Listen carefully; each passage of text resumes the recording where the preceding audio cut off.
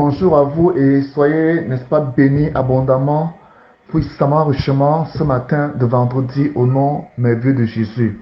Nous bénissons le Seigneur pour vos vies ainsi que pour la mienne. Nous bénissons le Seigneur pour tous ceux qui nous soutiennent en prière et en conseil et en don.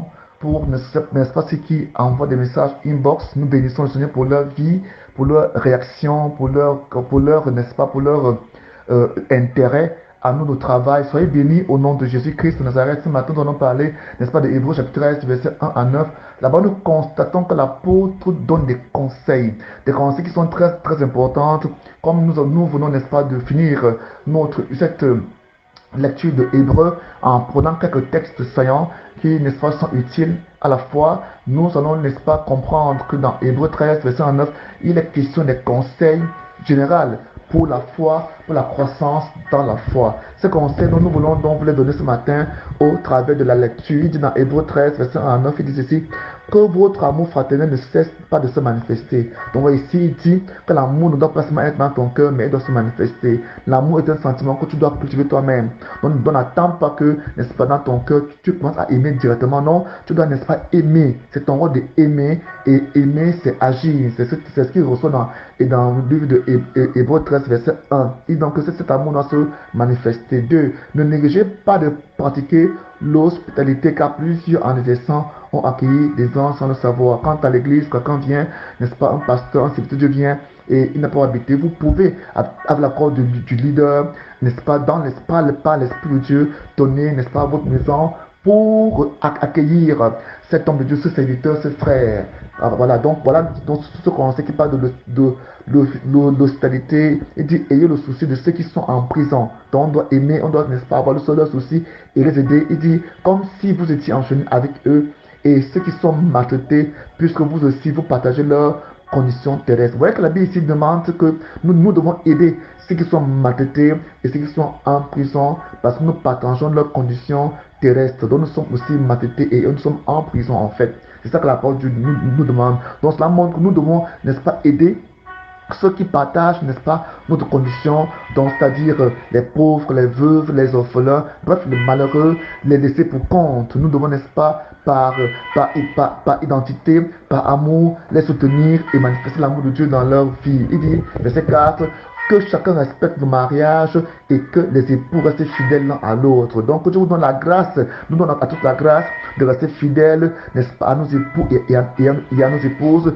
surtout en ce moment où le monde vit, n'est-ce pas, une immoralité grandissante et explosive. Nous prions ce matin que la grâce de Dieu se répande sur tous et qu'il soit fidèle à son conjoint. Il dit qu'à Dieu jugera les débauchés et les salutaires. Il parle aux chrétiens, bien sûr.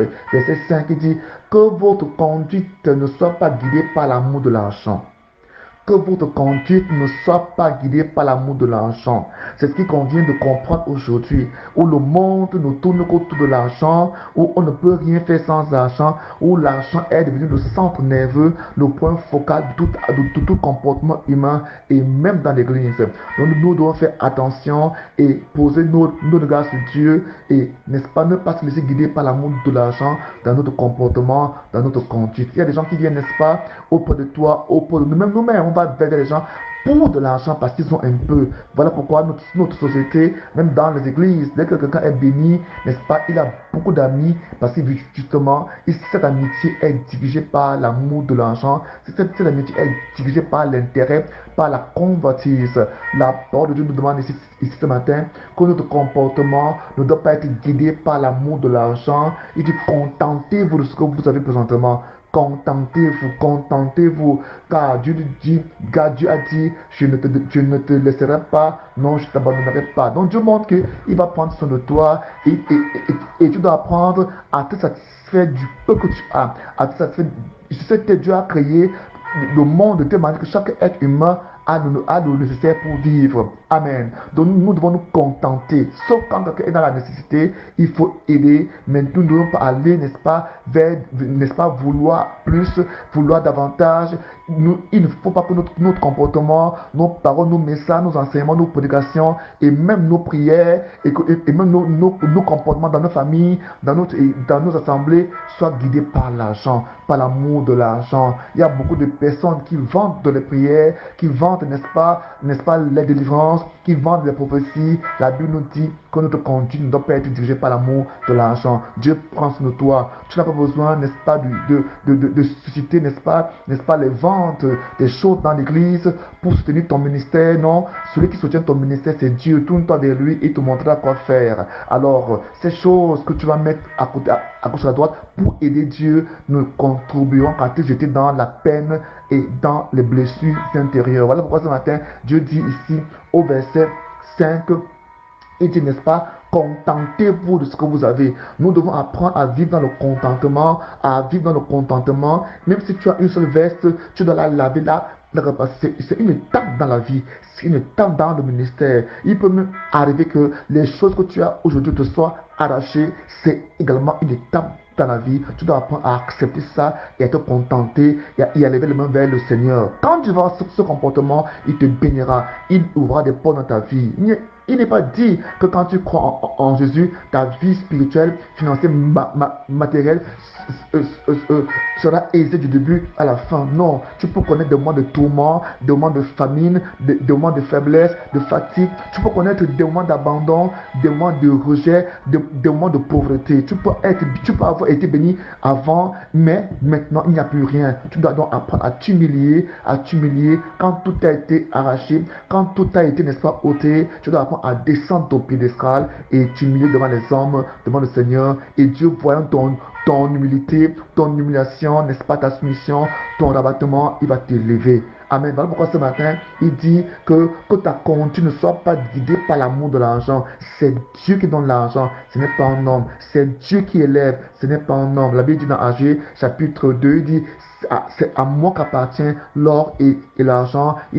Il dit aussi, n'est-ce pas, dans Ésaïe 45, 7, il dit que il donne la prospérité, il donne la richesse, il donne la prospérité et il donne la richesse. Voilà pourquoi Dieu est capable de te donner.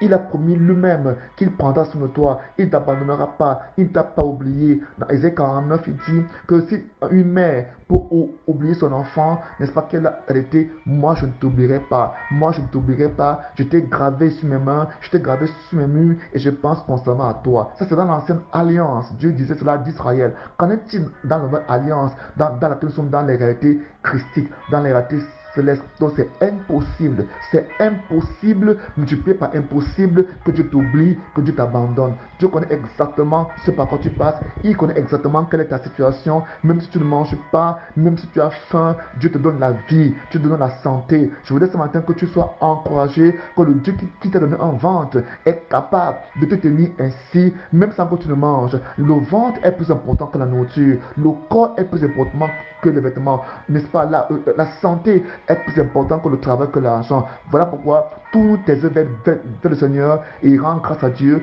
pour le tape, la phase par laquelle tu es en train de passer. Parce qu'après cette phase, ce sera une autre phase. La vie avec Dieu n'est pas une vie où les étapes sont définitives. Chaque étape est temporaire. Chaque étape, n'est-ce pas, est provisoire. Et on passe d'une étape à une autre étape. Voilà pourquoi la Bible dit, apprends à être content de ta situation actuelle. Vous voyez comment les apôtres vivaient lorsqu'ils étaient en prison. Là-bas, ils louaient Dieu. On a vu, n'est-ce pas, Daniel, quand il a été jeté à la fosse au lion, on n'a pas vu se plaindre. Vous avez vu Shadrach, Meshach et Abednego jetés dans la fosse, dans la fournaise, ils ne sont pas lamentés. Avec Dieu, il ne faut pas que nous lamentons. Avec Dieu, il faut que nous menions une vie d'action de grâce, une vie de renaissance. Alors ce matin, levons les mains vers Dieu et reconnaissons, n'est-ce pas, sa présence dans nos vies. Reconnaissons, n'est-ce pas, sa puissance, sa manifestation dans notre vie, parce que même au travers de cette souffrance, même au travers de cet emprisonnement, au travers de cette maladie, au travers de ce rejet, lui il ne t'a pas abandonné, lui il ne t'a pas délaissé, il est avec toi, il vit avec toi. Voilà la sagesse que Dieu voulait que nous puissions recevoir ce matin, la sagesse de l'Esprit de Dieu, la sagesse de Dieu qui te communique par sa parole. Soyez donc bénis ce matin. Au verset 6, il dit, ainsi nous pouvons dire avec assurance, le Seigneur vient à mon secours, je n'aurai aucune crainte. Que pourront me faire les hommes? Que pourront me faire les hommes? Verset 7 dit, souvenez-vous de vos anciens conducteurs qui vous ont annoncé la parole et considérez l'aboutissement de leur vie et imiter leur foi. Donc nous devons apprendre à imiter les bons exemples, pas les mauvais exemples. Soyez bénis ce matin au nom de Jésus. Cela veut dire que c'est toi qui es responsable et qui tu dois imiter, dont ton choix dépend de toi. Sois béni ce matin, mon frère, ma soeur. Passez une excellente journée au nom de Jésus.